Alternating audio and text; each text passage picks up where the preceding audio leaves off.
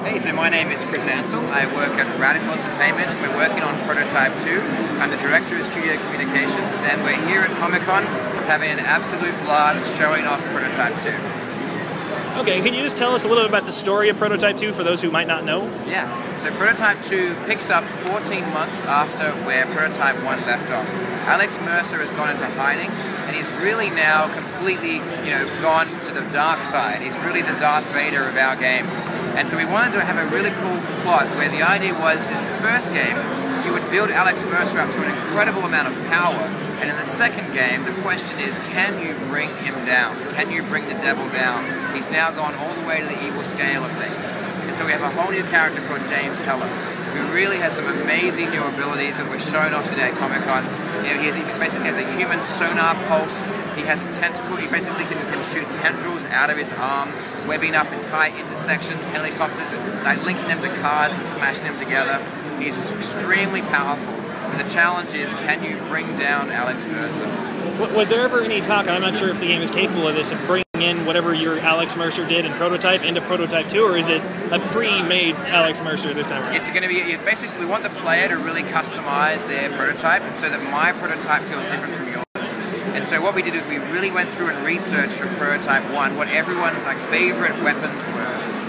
Wasn't the claw, wasn't the blade, and so we're going to bring back a lot of the coolest stuff from the first game, and then add to that, what is the equivalent next thing of karate kicking a helicopter out of the sky, which we're actually going to show next month in Gamescom, which will be pretty fun.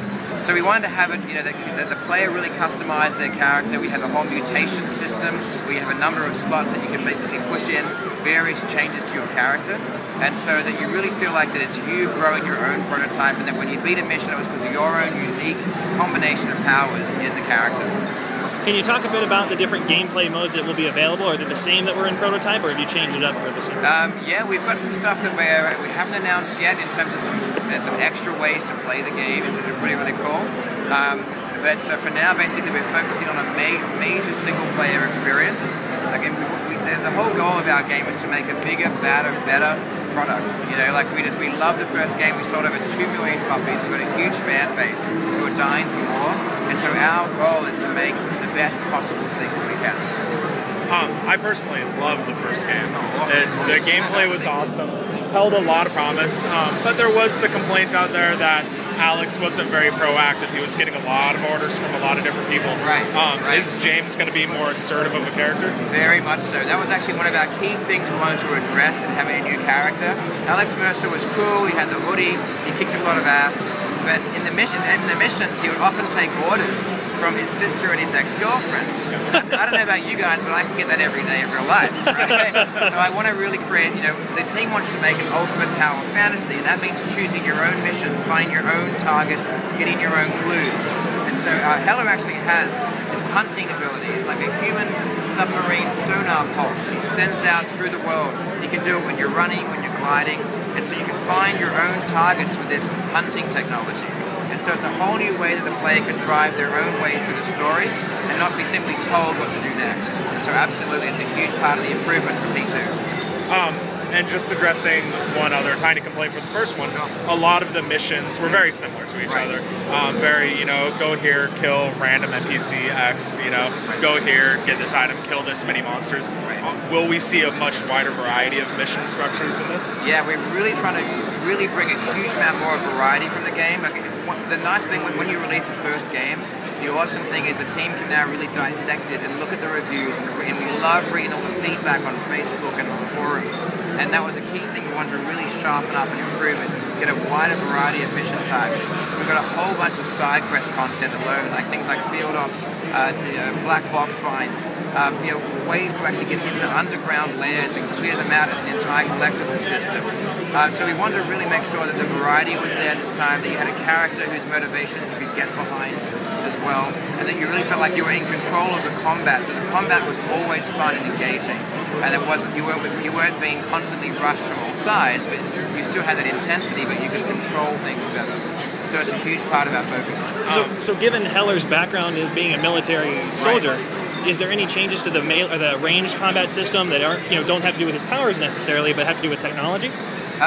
There are some very interesting changes we're making to each of the major arm powers, and so we're trying to make these arm powers, like for example the blade arm and the claws and whip fist, we're trying to make them more based on classes and have more meaning, so that certain weapons are very good against air-based enemies, certain weapons are great in terms of piercing, certain weapons are great against armor, against flesh, and so try and give more classes and meaning per power, so you have a real reason to put points in. You know exactly how to basically take out certain mission situations, because you know this power will basically address that kind of enemy. In the first game we often had one power could do everything, which is kind of cool, but we wanted to make sure that there was more, more tactics and more intelligence in the combat system this time. One thing I appreciated about the first game was the art direction. I really loved watching New York fall into this state of chaos and just continue to get worse. Yep. Will we get to see New York go further down the drain? Well, it takes place 14 months after the first game, and so what we wanted to do is, rather than just give the player access to everything at once, which is kind of cool at first, but then you want where the surprise is going to come from. We wanted to have 3 completely unique zones. So we have the red zone. It's basically like what used to be half of Manhattan, now completely overtaken by the infection. That's where Alex Mercer launches his attacks from. If the military go in, they pretty much know they're going to lose whoever they send in there. Then there's the yellow zone, basically like a Children of Men District 9 quarantine zone. Super crowded. Everyone's trying to get out of the red zone into the yellow, and everyone in the yellow zone is trying to get from that to the green zone. The green zones are basically the most normal kind of area, similar to the first game, where basically you have the Black Watch heavily militarizing the entire place. So they're really brutal, and you'll see that in the way that you hear civilians interact with people, and the way that the guards and the Black Watch interact with you as well.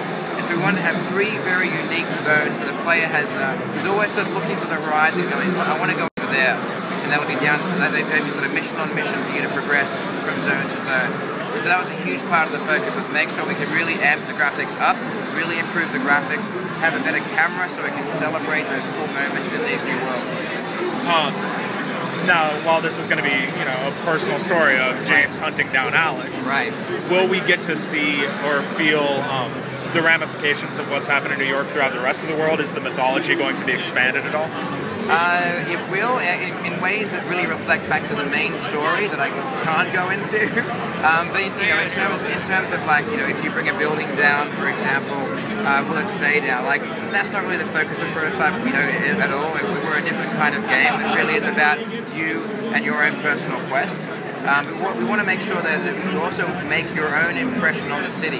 Things like the tendril power lets you basically web entire intersections up, with taxis hanging, streaming, people being pulled apart up there, and you really know you've been to town. And so we want the player to feel like they've been there, they've made an impression on the place. So it's been fun trying to work on that stuff. It's pretty over the top.